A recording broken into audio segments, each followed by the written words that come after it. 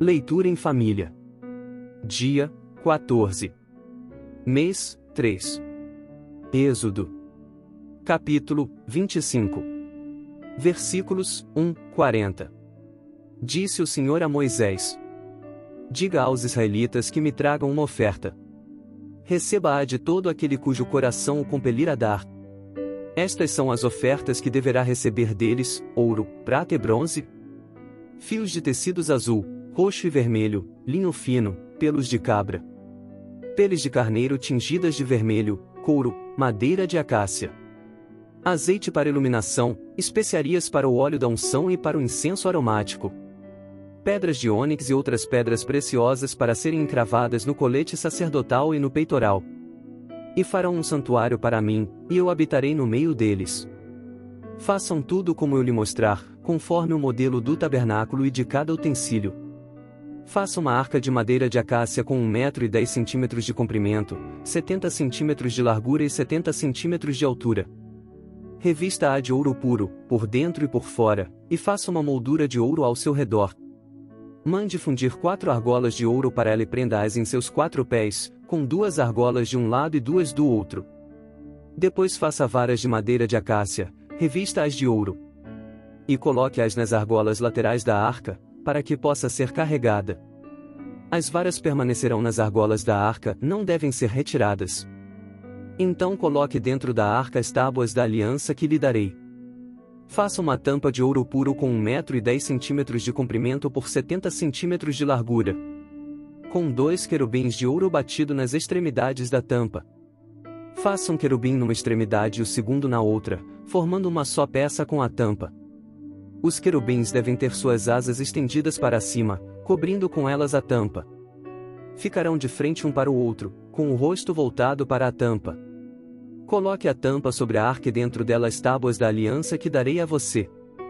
Ali, sobre a tampa, no meio dos 2 querubins que se encontram sobre a arca da aliança, eu me encontrarei com você e lhe darei todos os meus mandamentos destinados aos israelitas.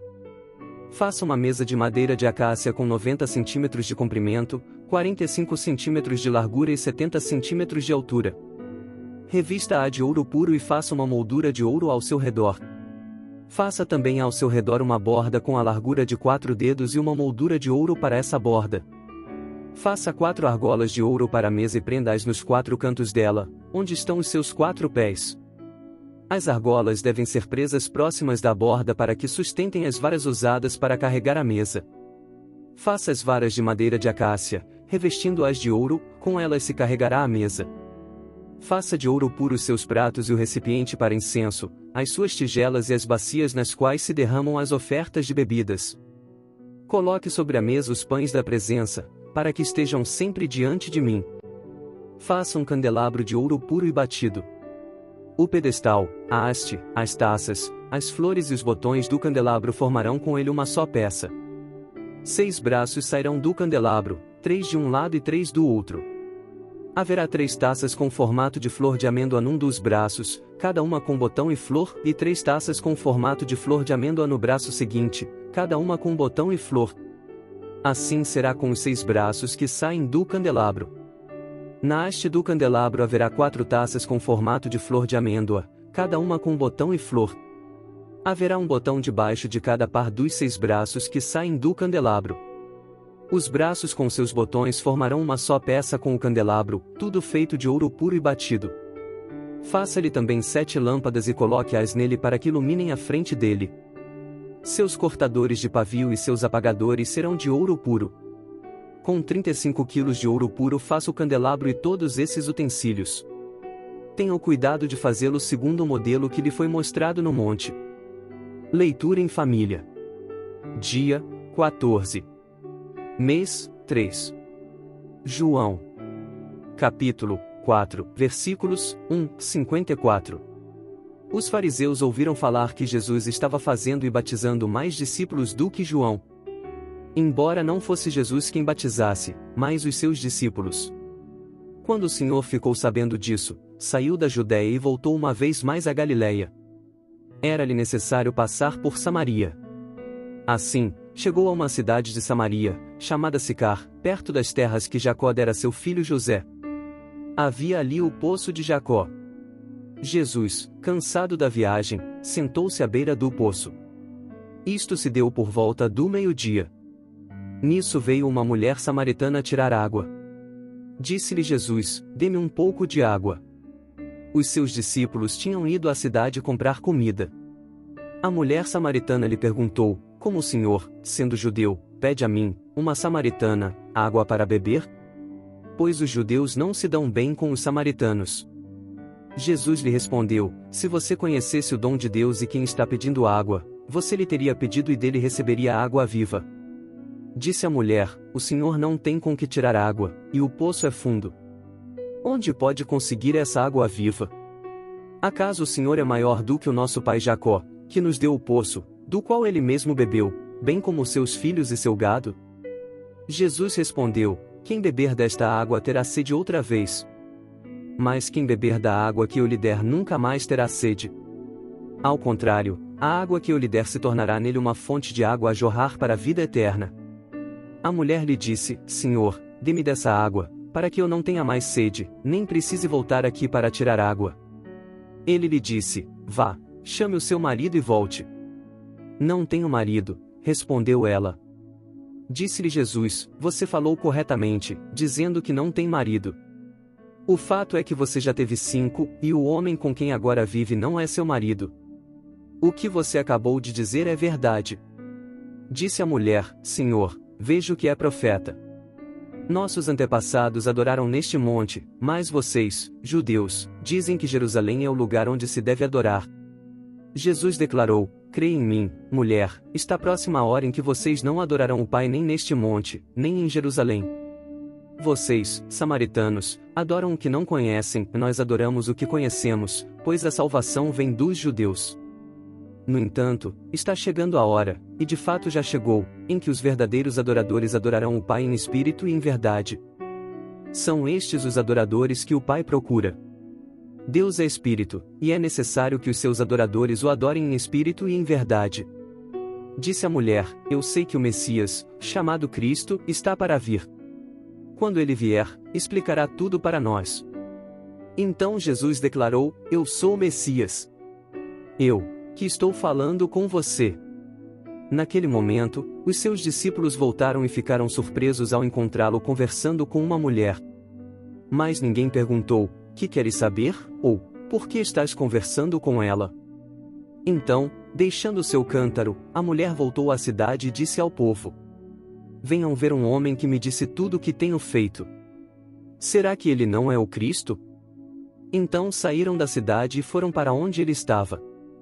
Enquanto isso, os discípulos insistiam com ele: Mestre, come alguma coisa.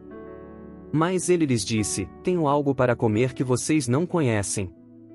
Então os seus discípulos disseram uns aos outros: será que alguém lhe trouxe comida? Disse Jesus: a minha comida é fazer a vontade daquele que me enviou e concluir a sua obra. Vocês não dizem: daqui a 4 meses haverá a colheita? Eu digo a vocês: abram os olhos e vejam os campos. Eles estão maduros para a colheita. Aquele que colhe já recebe o seu salário e colhe fruto para a vida eterna, de forma que se alegram juntos o que semeia e o que colhe. Assim é verdadeiro o ditado: um semeia, e outro colhe. Eu os enviei para colherem o que vocês não cultivaram. Outros realizaram o trabalho árduo, e vocês vieram a usufruir do trabalho deles. Muitos samaritanos daquela cidade creram nele por causa do seguinte testemunho dado pela mulher: ele me disse tudo o que tenho feito. Assim, quando se aproximaram dele, os samaritanos insistiram em que ficasse com eles, e ele ficou 2 dias. E, por causa da sua palavra, muitos outros creram. E disseram à mulher: agora cremos não somente por causa do que você disse, pois nós mesmos ouvimos e sabemos que este é realmente o Salvador do mundo. Depois daqueles 2 dias, ele partiu para a Galileia. O próprio Jesus tinha afirmado que nenhum profeta tem honra em sua própria terra. Quando chegou à Galileia, os galileus deram-lhe boas-vindas. Eles tinham visto tudo o que ele fizera em Jerusalém, por ocasião da festa da Páscoa, pois também haviam estado lá. Mais uma vez ele visitou Caná da Galileia, onde tinha transformado a água em vinho. E havia ali um oficial do rei, cujo filho estava doente em Cafarnaum. Quando ele ouviu falar que Jesus tinha chegado a Galiléia, vindo da Judéia, procurou e suplicou-lhe que fosse curar seu filho, que estava à beira da morte. Disse-lhe Jesus: se vocês não virem sinais e maravilhas, nunca crerão. O oficial do rei disse: Senhor, vem, antes que o meu filho morra. Jesus respondeu: pode ir. O seu filho continuará vivo. O homem confiou na palavra de Jesus e partiu. Estando ele ainda a caminho, seus servos vieram ao seu encontro com notícias de que o menino estava vivo. Quando perguntou a que horas o seu filho tinha melhorado, eles lhe disseram: a febre o deixou ontem, à 1h da tarde. Então o pai constatou que aquela fora exatamente a hora em que Jesus lhe dissera: o seu filho continuará vivo. Assim, creram ele todos os de sua casa. Esse foi o segundo sinal milagroso que Jesus realizou depois que veio da Judéia para a Galiléia. Leitura individual. Dia 14. Mês 3. Provérbios. Capítulo 1, versículos 33. Estes são os provérbios de Salomão, filho de Davi, rei de Israel. Eles ajudarão a experimentar a sabedoria e a disciplina, a compreender as palavras que dão entendimento, a viver com disciplina e sensatez, fazendo o que é justo, direito e correto. Ajudarão a dar prudência aos inexperientes e conhecimento e bom senso aos jovens. Se o sábio lhes der ouvidos, aumentará seu conhecimento, e quem tem discernimento obterá orientação. Para compreender provérbios e parábolas, ditados e enigmas dos sábios. O temor do Senhor é o princípio do conhecimento, mas os insensatos desprezam a sabedoria e a disciplina. Ouça, meu filho, a instrução de seu pai e não despreze o ensino de sua mãe. Eles serão um enfeite para a sua cabeça, um adorno para o seu pescoço. Meu filho, se os maus tentarem seduzi-lo, não ceda. Se disserem: venha conosco, fiquemos de tocaia para matar alguém, vamos divertir-nos armando emboscada contra quem de nada suspeita. Vamos engoli-los vivos, como a sepultura engole os mortos, vamos destruí-los inteiros, como são destruídos os que descem à cova. Acharemos todo tipo de objetos valiosos e encheremos as nossas casas com o que roubarmos. Junte-se ao nosso bando, dividiremos em partes iguais tudo o que conseguirmos. Meu filho, não vá pela vereda dessa gente. Afaste os pés do caminho que eles seguem. Pois os pés deles correm para fazer o mal, estão sempre prontos para derramar sangue. Assim como é inútil estender a rede se as aves o observam. Também esses homens não percebem que fazem tocaia contra a própria vida, armam emboscadas contra eles mesmos. Tal é o caminho de todos os gananciosos, quem assim procede a si mesmo se destrói. A sabedoria clama em alta voz nas ruas, ergue a voz nas praças públicas. Nas esquinas das ruas barulhentas ela clama, nas portas da cidade faz o seu discurso. Até quando vocês, inexperientes, irão contentar-se com a sua inexperiência? Vocês, zombadores, até quando terão prazer na zombaria? E vocês, tolos, até quando desprezarão o conhecimento? Se acatarem a minha repreensão, eu darei a vocês um espírito de sabedoria e revelarei a vocês os meus pensamentos. Vocês, porém, rejeitaram o meu convite, e ninguém se importou quando estendi minha mão. Visto que desprezaram totalmente o meu conselho e não quiseram aceitar a minha repreensão, eu, de minha parte, vou rir-me da sua desgraça, zombarei quando o que temem se abater sobre vocês.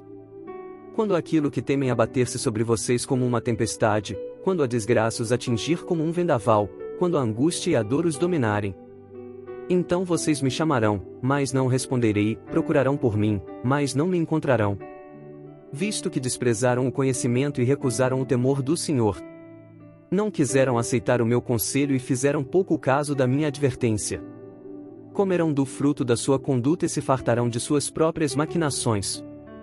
Pois a inconstância dos inexperientes os matará, e a falsa segurança dos tolos os destruirá.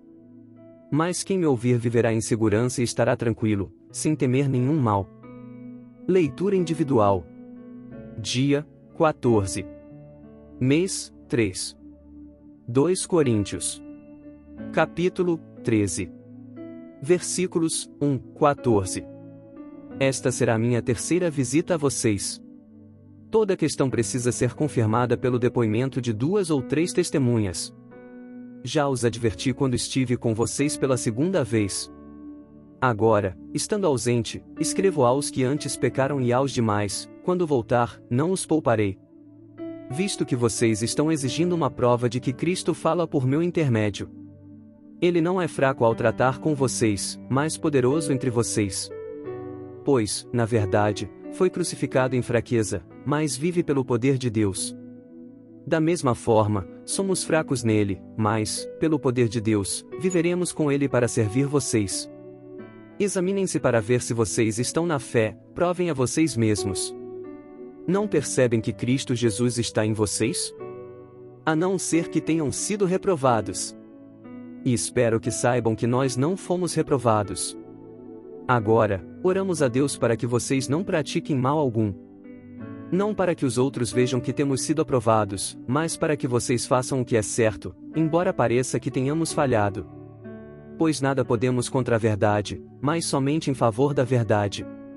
Ficamos alegres sempre que estamos fracos e vocês estão fortes, a nossa oração é que vocês sejam aperfeiçoados. Por isso escrevo estas coisas estando ausente, para que, quando eu for, não precise ser rigoroso no uso da autoridade que o Senhor me deu para edificá-los, e não para destruí-los. Sem mais, irmãos, despeço-me de vocês. Procurem aperfeiçoar-se, exortem-se mutuamente, tenham um só pensamento, vivam em paz. E o Deus de amor e paz estará com vocês. Saúdem uns aos outros com um beijo santo. Todos os santos enviam saudações. A graça do Senhor Jesus Cristo, o amor de Deus e a comunhão do Espírito Santo sejam com todos vocês.